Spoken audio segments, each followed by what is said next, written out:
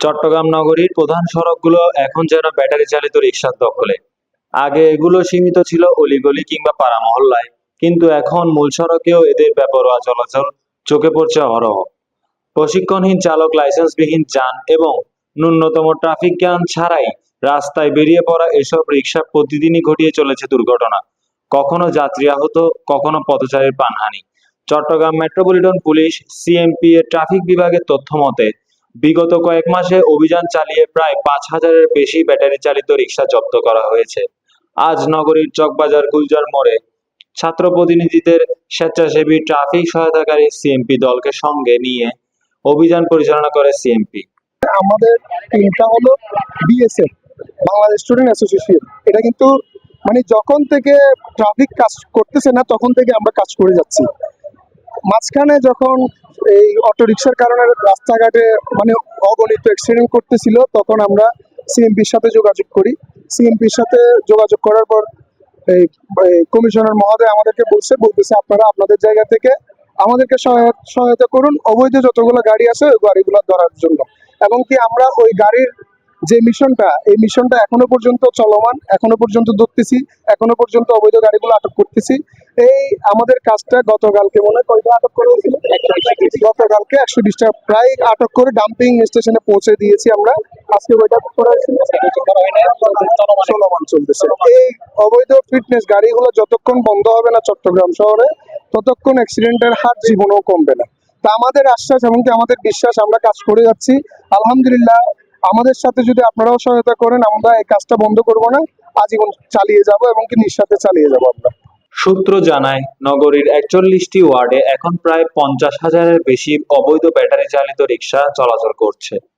এগুলো পরিচালিত হচ্ছে বিদ্যুৎ ব্যবহার করে, যার ফলে প্রতিদিন বেশ কিছু ইউনিট বিদ্যুৎ অপচয় হচ্ছে। স্বেচ্ছাসেবী সূত্র জানায়, নগরীর 41টি ওয়ার্ডে এরকম মোট 52টি ইউনিট রয়েছে তাদের। যেহেতু আপনারা শিক্ষার্থী, একজন শিক্ষার্থী হিসেবে এ ধরনের একটা উদ্যোগ নেওয়ার অভিজ্ঞতা আপনাদের কিরকম? যেহেতু একটা প্রায় 1 বছরের মতো আপনারা কন্টিনিউয়াসলি করে যাচ্ছেন, যে এটার অভিজ্ঞতাটা কিরকম? অভিজ্ঞতাটা অবশ্যই ভালো, অবশ্যই ভালো। আরেকটা কথা, আমরা চট্টগ্রাম বর্তমানে ঢাকাতে কিন্তু আমরা কিন্তু কাজ করে যাচ্ছি, এখনো কিন্তু পার্মানেন্ট কেউ না এখানে। আমি বলি, ঢাকাতে ডিএমপিতে 1000 জন ট্রাফিকে নিয়োগ নেওয়া হয়েছে বর্তমানে। ওরা আগে থেকে কাজ করে আসছে, আগে থেকে কাজ করে আসার পর 1000 জন নিয়োগ নেওয়া হয়েছে। ইভেন ওরা 1000 জন মানে ছাত্র ছাত্রী কাজ করে যাচ্ছে, কিন্তু আমরা ওই জায়গায় ব্যর্থ।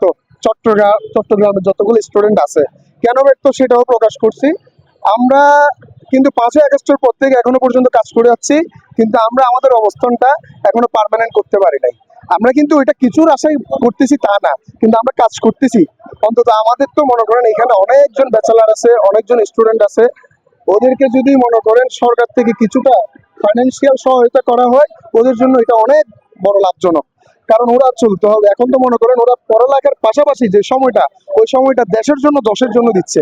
কারণ সরকারকে আমরা আবেদন জানাই, আমরা সকলের পক্ষ থেকে আবেদন জানাচ্ছি কি আমাদের দিকে একটু দৃষ্টি দেখ, এবং কি আমাদের এই সিএমপি কমিশনার মহোদয় আমাদেরকে আশ্বস্ত করছে যে ইনশাল্লাহ এই মাস নাহলে আগামী মাসের মধ্যে আমাদেরকে মানে পার্মানেন্ট করার ব্যবস্থা করবে। কারণ ডিএমপিতে মানে যোগাযোগ করছে, এখন বাকিটা আপনাদের মাধ্যমে ওদের কাছে পৌঁছানোর এটা আবেদন জানাচ্ছি আমরা।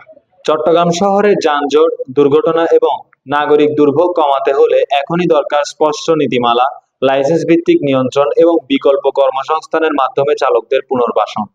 তা না হলে এই নীরব ব্যাটারি বিপ্লব নগর জীবনকে আরো দুর্বিষহ করে তুলবে। ক্যামেরায় ওমর ফায়েকের সাথে জোবায়ের বিন মঞ্জুর আনান, গুলজার মোড়, চকবাজার, চট্টগ্রাম।